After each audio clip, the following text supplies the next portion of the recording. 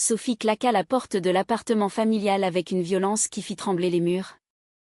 Les larmes coulant sur ses joues alors qu'elle venait d'avouer à ses parents son amour pour une femme. Sa mère, figée dans le salon, hurla un cri de désespoir qui résonna comme un glas. Tandis que son père, le visage rouge de rage, renversa la table du dîner en jurant qu'elle n'était plus sa fille. Ce soir-là, sous la pluie battante de Paris, Sophie erra sans but. Son monde effondré en un instant. Mais une étincelle de liberté inattendue naquit au fond d'elle, la poussant vers l'inconnu. Elle n'avait pas prévu que cela se passe ainsi. Tout avait commencé 6 mois plus tôt, lors d'une soirée banale dans un bar du Marais. Sophie, étudiante en droit à la Sorbonne, âgée de 25 ans, était sortie avec des amis pour décompresser après un examen épuisant. Elle se sentait perdue dans sa vie bien rangée, étouffée par les attentes de sa famille bourgeoise de la banlieue ouest. Ses parents, catholiques pratiquants, voyaient en elle l'avenir parfait, un mariage avec un homme respectable, des enfants, une carrière stable. Mais au fond d'elle, un vide grandissait.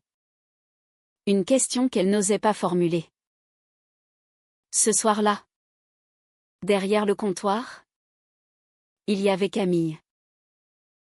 À 28 ans, elle travaillait comme barmaid pour financer ses études d'art. Originaire de Lyon, elle avait fui une vie provinciale étriquée pour embrasser pleinement qui elle était, une femme lesbienne, fière et assumée. Ses cheveux noirs courts encadraient un visage aux traits fins, et ses yeux bleus semblaient percer les âmes. Sophie commanda un verre, et leurs regards se croisèrent.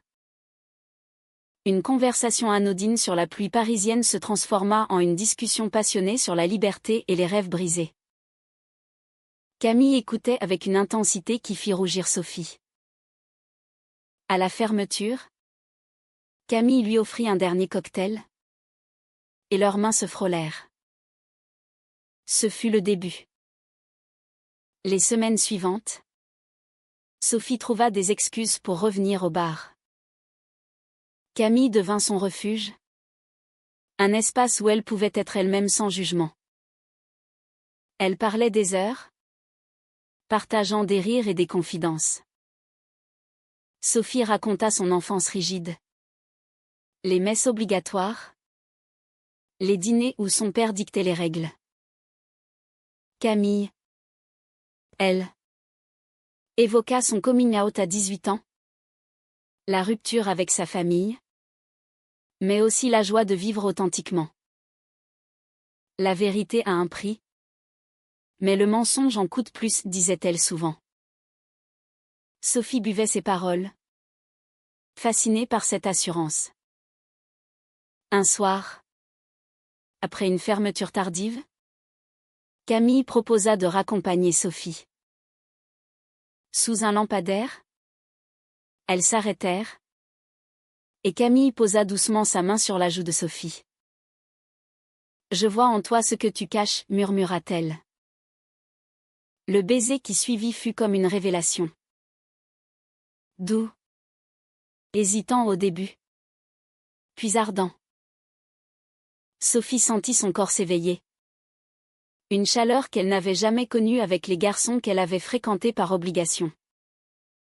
Mais dès qu'elles se séparèrent, la peur envahit Sophie. Qu'est-ce que cela signifiait? Était-ce un caprice? Ou quelque chose de plus profond? De retour chez elle, Sophie passa une nuit blanche. Tourmentée par des images contradictoires, le sourire de Camille contre les regards sévères de ses parents. Le lendemain, elle évita le bar, prétextant du travail. Mais Camille envoya un message, « Ne fuis pas ce qui te rend vivante ». Sophie céda. Et elles commencèrent à se voir en secret.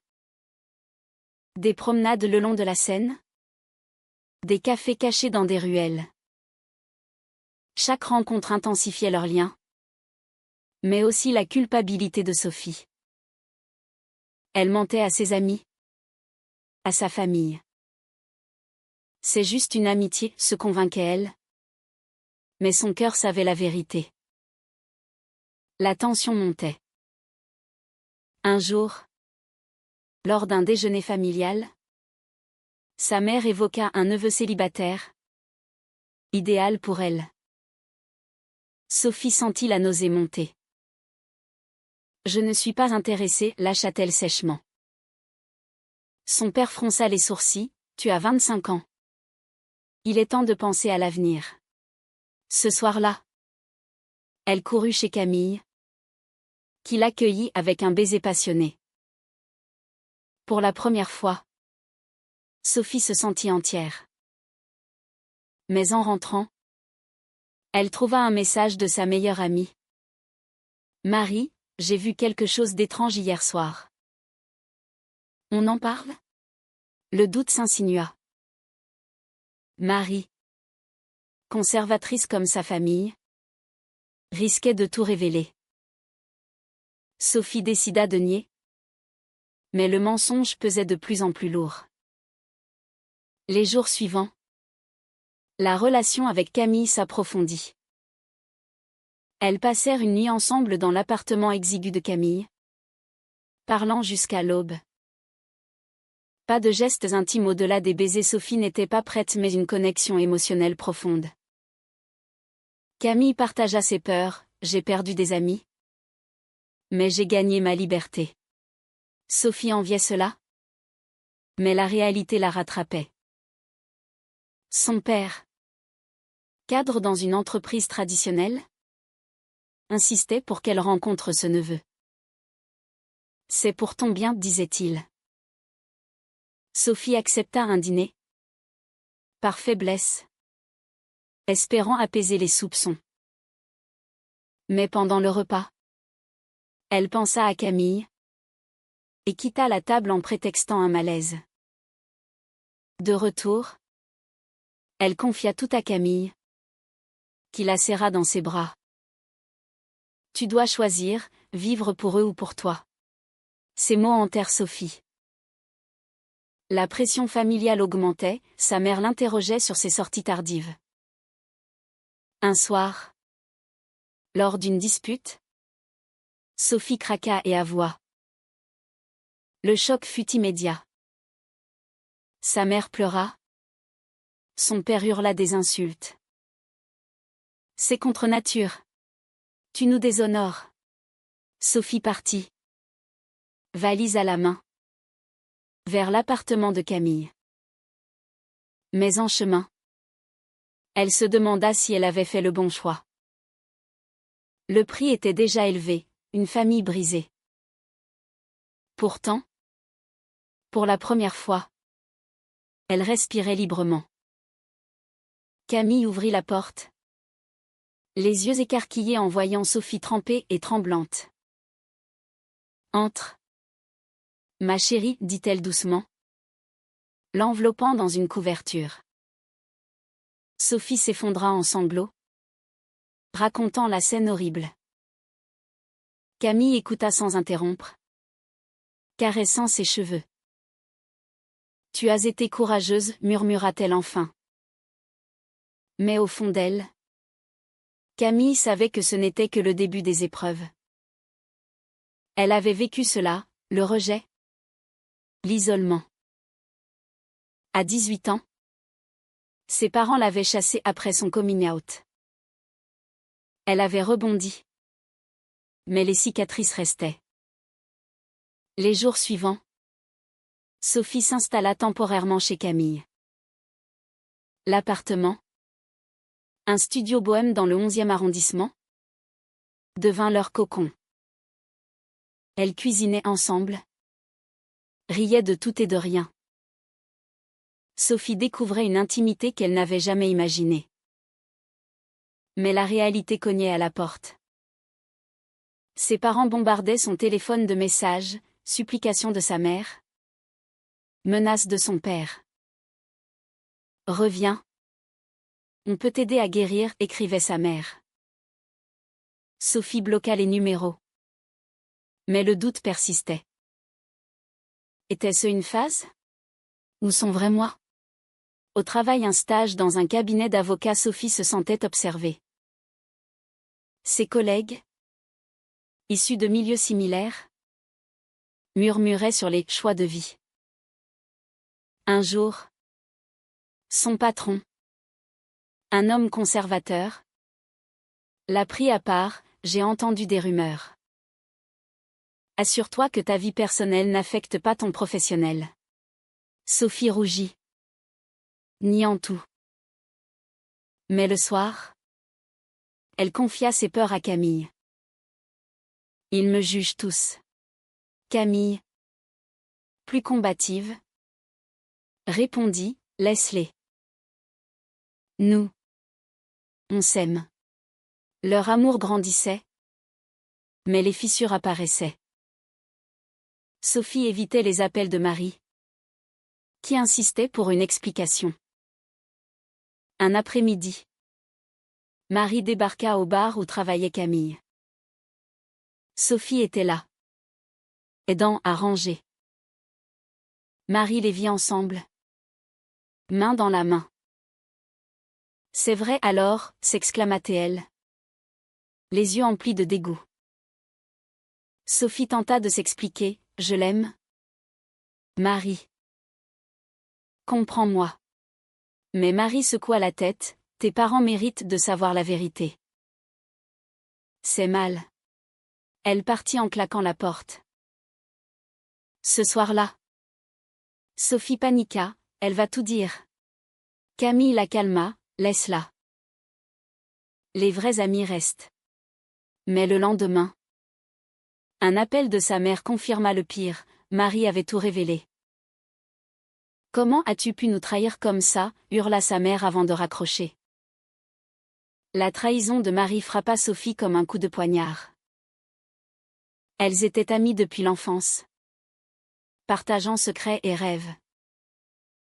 Maintenant, tout était brisé. Sophie confronta Marie par message. Pourquoi? La réponse fut cinglante. Pour ton bien. Cette femme te manipule. Sophie bloqua Marie. Mais la douleur persistait. Camille, voyant son tourment, proposa une escapade, un week-end à la campagne, chez une amie lesbienne. Là-bas, Sophie rencontra d'autres couples.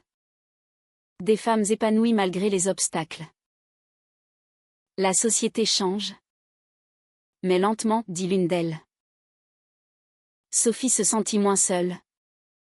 Mais rentrant à Paris, la réalité revint. Son père l'attendait devant l'appartement. On doit parler, dit-il d'un ton froid. Sophie accepta, espérant un dialogue. Dans un café voisin, il déversa sa colère, c'est une abomination. Pense à ta mère. Elle est dévastée. Sophie défendit son amour, papa. C'est qui je suis. Il secoua la tête, non. C'est une influence. Quitte cette fille. Ou on te coupe les vivres. Sophie refusa. Les larmes aux yeux. Il partit, la laissant avec un ultimatum. Ce soir-là, elle pleura dans les bras de Camille. Je perds tout. Camille répondit, mais tu gagnes toi-même. La pression financière s'ajouta. Sans soutien familial, Sophie dut chercher un job à temps partiel. Elle servait dans un café. Épuisée. Camille, voyant cela, redoubla d'efforts au bar. Leur relation se renforçait. Mais des tensions émergeaient. Sophie reprochait à Camille son optimisme, tu ne comprends pas. Ma famille est tout pour moi. Camille rétorqua, et moi? Je suis quoi? Une dispute éclata. La première. Sophie sortit en claquant la porte, errant dans les rues. Elle appela sa mère en secret, suppliant, « Maman, accepte-moi. » La réponse fut un silence. Puis, « Pas tant que tu vis dans le péché. » De retour, Sophie s'excusa auprès de Camille. Elles se réconcilièrent, mais le doute grandissait. Un jour, au travail, Sophie croisa un ancien ami de fac, ouvert d'esprit. Il l'encouragea, « Vis ta vie. » Cela la boosta. Mais le soir, une nouvelle bombe, son père avait contacté son patron, prétextant une crise familiale. Le patron la convoqua, « Prends du temps off. Règle ça. » Sophie ragea contre cette ingérence. Camille proposa de confronter les parents ensemble. Non. C'est trop risqué, refusa Sophie. La spirale continuait. Sophie commença à douter de ses choix. Était-ce vaut la peine? Les nuits blanches se multipliaient, hantées par des cauchemars de rejet. Camille, patiente, la soutenait, mais sentait la distance. Un soir, après une fermeture, Camille confia, « J'ai peur de te perdre. » Sophie la serra, « Jamais. » Mais au fond, elle savait que le prix augmentait. La société, avec ses regards obliques dans le métro, ses commentaires subtils, pesait lourd. Sophie se surprit à envier les couples hétéros, libres de s'afficher. Pourquoi nous, se demanda-t-elle. Camille répondit, « Parce que l'amour vrai défie les normes. » Les mois passaient, et la relation de Sophie et Camille oscillait entre passion et tourment. Sophie avait trouvé un équilibre précaire, un nouveau job dans une association LGBT, où elle se sentait acceptée. Là, elle aidait d'autres jeunes en lutte, canalisant sa douleur en action. Camille était fière, « Tu changes des vies. » Mais chez elle, les disputes se multipliaient. Sophie reprochait à Camille son passé libre, « Tu as eu des ex. Tu sais gérer. » Moi non. Camille répliquait, « C'est du passé. Concentre-toi sur nous. » Un jour, un appel anonyme, c'était le père de Sophie. Via un ami. Reviens. On pardonne si tu changes. Sophie raccrocha. Tremblante. Elle en parla à Camille, qui explosa, « Il te manipule. Résiste. » Sophie, épuisée, cria, « C'est facile pour toi. Tu as coupé les ponts. » Camille, blessée, sortit. Seule, Sophie pleura, regrettant ses mots. Elle savait que Camille avait souffert, à Lyon. Sa famille l'avait reniée, la forçant à partir sans un sou. Camille avait reconstruit sa vie à Paris, mais les cicatrices saignaient encore. Le lendemain, elles se réconcilièrent avec des excuses mutuelles. Mais un nouveau choc arriva, Marie, repentante, contacta Sophie. « J'ai eu tort. Parlons. » Elles se rencontrèrent dans un parc. Marie avoua, « J'avais peur pour toi. Pour nous. » Sophie pardonna partiellement, « Tu m'as trahi. » Marie promit de se taire. Mais en rentrant, Sophie trouva Camille furieuse, « Pourquoi la voir? Elle t'a blessée. » Sophie défendit, « C'est mon passé. » La jalousie s'insinua. Rare mais venimeuse. La pression sociale culmina lors d'une manifestation pour les droits LGBT. Sophie y alla avec Camille, brandissant des pancartes. Pour la première fois, elle se sentit puissante. Mais un photographe captura leur baiser. Et la photo fit le tour des réseaux. Le père de Sophie la vit, un appel rageur suivit. Tu nous humilies publiquement. Sophie tint bon, c'est ma vie. Mais sa mère hospitalisée pour stress? Prétexta Théon. Sophie culpabilisa, avait-elle causé cela? Elle visita l'hôpital en secret. Sa mère, pâle, murmura, reviens à la maison. Sans elle. Sophie refusa. Mais le doute revint. De retour, elle confia à Camille, ma mère souffre à cause de moi. Camille, compréhensive, suggéra, écris-leur une lettre. Sophie le fit. Expliquant son amour. Demandant l'acceptation. Pas de réponse. Les semaines suivantes, Sophie sombra dans la dépression. Elle évitait les sorties. Se repliait. Camille l'encouragea à voir un thérapeute spécialisé en identité queer. Là, Sophie explora ses conflits internes, la honte inculquée, la peur du rejet. C'est normal, dit le thérapeute. Mais choisissez-vous. Un soir, après une session, Sophie rentra motivée. Elle embrassa Camille avec ferveur, je t'aime. Et je reste. Leur lien se renforça. Mais le destin frappa, Camille reçut une offre d'emploi à Berlin. Pour une galerie d'art. C'est une chance, dit-elle. Sophie paniqua, et nous? Camille proposa, viens avec moi. Sophie hésita, quitter Paris. Sa vie. Mais l'idée d'une nouvelle start l'attirait. Pourtant, un appel de sa mère changea tout, ton père est malade. Reviens. Sophie, déchirée, décida d'aller voir. À l'hôpital, son père, affaibli par un infarctus, la regarda, je regrette mes mots. Mais change.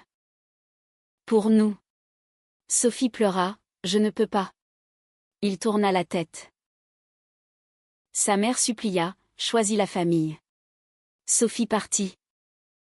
Cœur brisé. Chez Camille. Elle annonça, je ne peux pas partir. Pas maintenant. Camille, déçue, accepta, je t'attends. Mais la distance émotionnelle grandit. Sophie visita souvent ses parents, espérant un compromis. Son père s'adoucit légèrement. Mais persistait, laisse cette phase. La tension culmina lors d'un dîner familial forcé. Sophie y alla seule. Comme demandé. Là. Ils l'embûchèrent avec un prêtre, pour t'aider. Sophie explosa, c'est de l'amour? Pas une maladie. Elle partit en furie. Camille. Attendant dehors? La serra, bravo. Mais ce soir-là? Sophie douta, valait-il mieux tout abandonner? Une amie de Camille? Jalouse. Sema le doute, Sophie n'est pas prête. Camille défendit. Mais l'idée germa. Les nuits devinrent agitées. Sophie cauchemarda de perte, famille. Amour. Elle confronta Camille, et si on se sépare?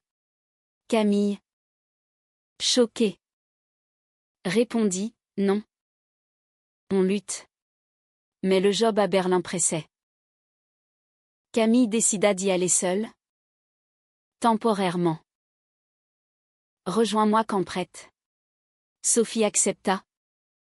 Mais le cœur lourd. L'heure au revoir à la gare fut déchirant, baiser. Larmes. Seule à Paris. Sophie affronta le vide. Ses parents, sentant la faille, insistèrent. « Reviens. On t'aide. » Sophie résista. Mais la solitude la rongeait. Les semaines sans Camille furent un calvaire pour Sophie. Berlin semblait un monde lointain, les appels quotidiens ne suffisaient pas. Camille racontait ses journées excitantes. Mais Sophie sentait une distance. « Je t'aime » disait-elle. Mais les doutes grandissaient. À Paris, Sophie se plongeait dans son travail à l'association, aidant d'autres à naviguer les mêmes eaux troubles. Une jeune fille, 20 ans, lui confia son histoire similaire, rejet familial. Sophie conseilla, « Suis ton cœur. » Hypocrite ? Se demanda-t-elle. Ses parents, profitant de l'absence de Camille, multiplièrent les invitations. Un dimanche, Sophie céda à un déjeuner. Son père, remis, était plus doux, « On veut te comprendre. » Mais vite.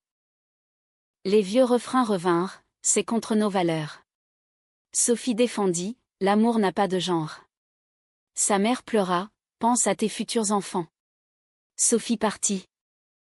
Frustrée. Marie, revenue en amie, l'écouta, « Peut-être un compromis. » Sophie secoua la tête, « Non. » Un soir, un message de Camille, « J'ai rencontré quelqu'un ici. » Juste une amie. Sophie paniqua, imaginant le pire.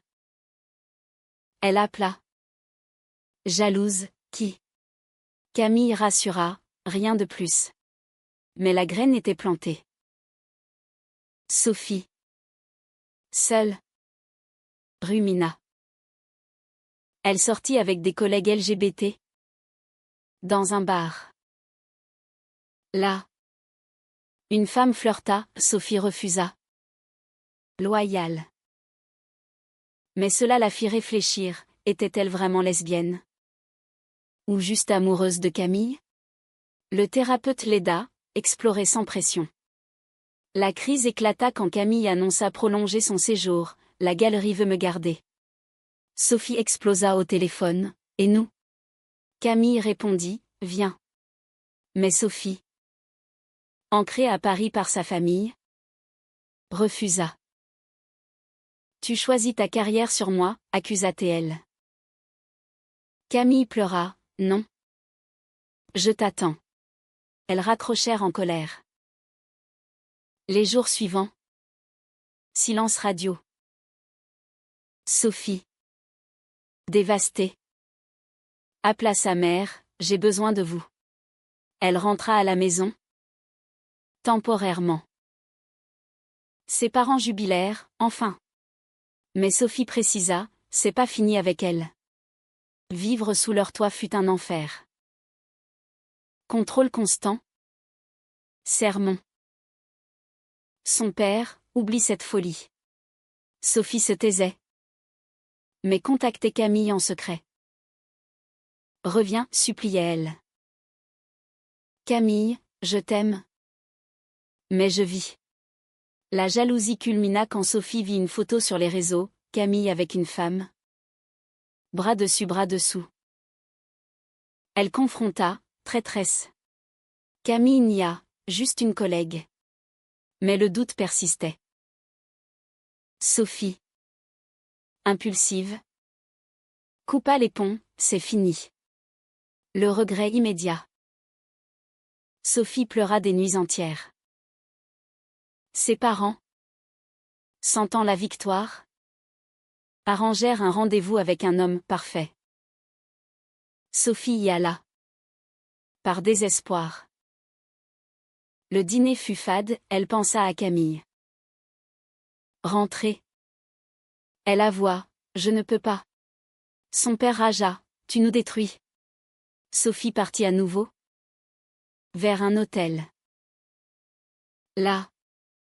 Elle réfléchit, avait-elle tout gâché ?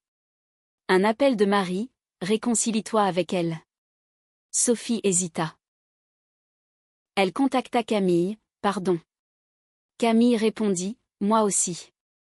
Elles parlèrent des heures, avouant peur et erreur. Camille rentra à Paris. Leurs retrouvailles à l'aéroport furent passionnées, embrassades, promesses.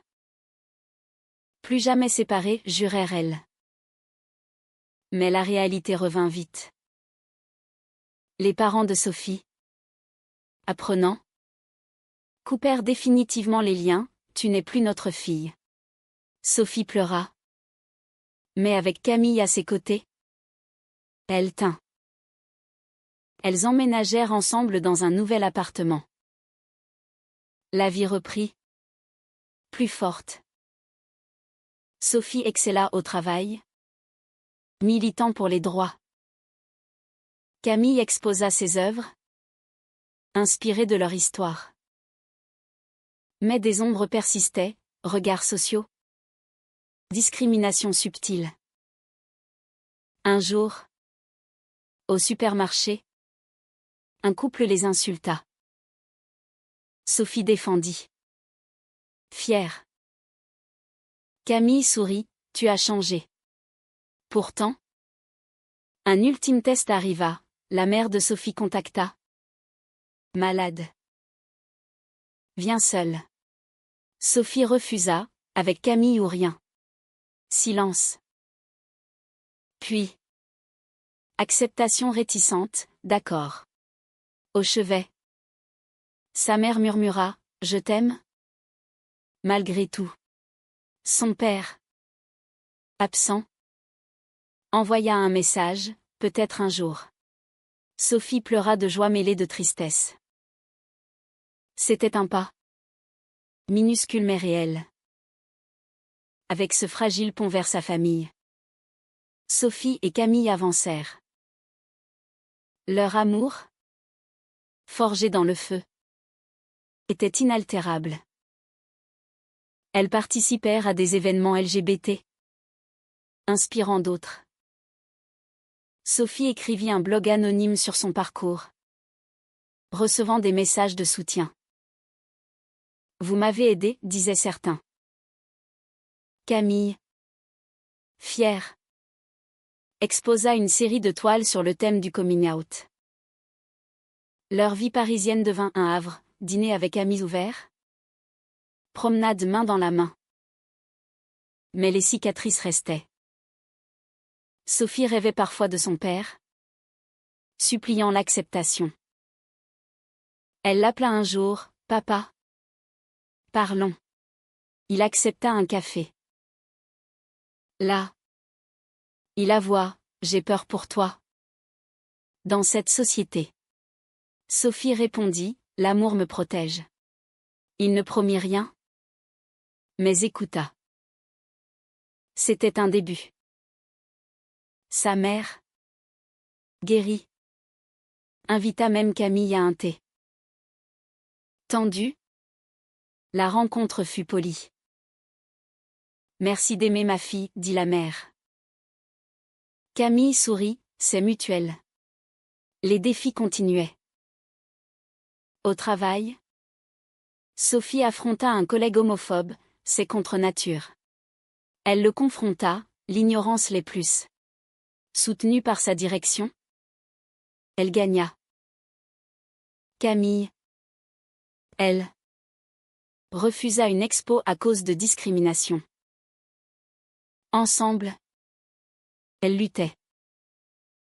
Leur relation approfondie, discussion sur l'avenir. Enfant peut-être. Adoption, suggéra Sophie. Camille acquiesça, pourquoi pas. Un soir, lors d'une fête, une ex de Camille apparut. Jalouse. Sophie s'éloigna. Camille la rattrapa, toi seule. Elles rirent de leurs insécurités. La vie n'était pas parfaite, mais authentique. Sophie réfléchissait souvent au prix payé, amitié perdue, famille fracturée. Mais le gain, liberté. Amour vrai. Était-ce vaut la peine? Oui. Se disait-elle. Pourtant. Un dernier twist, Marie, enceinte, contacta Sophie. J'ai compris. Pardonne-moi. Elles se réconcilièrent. Marie avoua, j'avais peur de mes propres doutes. Sophie l'aida. Bouclant la boucle. Au fil des mois. La société évoluait, loi plus inclusive. Visibilité accrue. Sophie et Camille en profitaient. Mais savaient que le combat persistait. Un jour, lors d'une marche des fiertés, Sophie prit le micro, j'ai perdu beaucoup, mais gagné moi-même. Applaudissements. Camille, à ses côtés, l'embrassa. Leur histoire inspirait. Mais au fond, des questions demeuraient, avait-elle bien fait de tout risquer? Le regret pointait parfois. Lors de fêtes familiales manquées. Pourtant, avec Camille, elle se sentait complète. La vie continuait. Avec ses hauts et bas. Elle voyageait. Rêvait grand. Sophie, promue, dirigeait des programmes d'aide. Camille vendait ses œuvres. Leur amour, résilie, défiait les normes. Mais était-ce la bonne décision de tout sacrifier pour un amour qui défie les conventions sociales?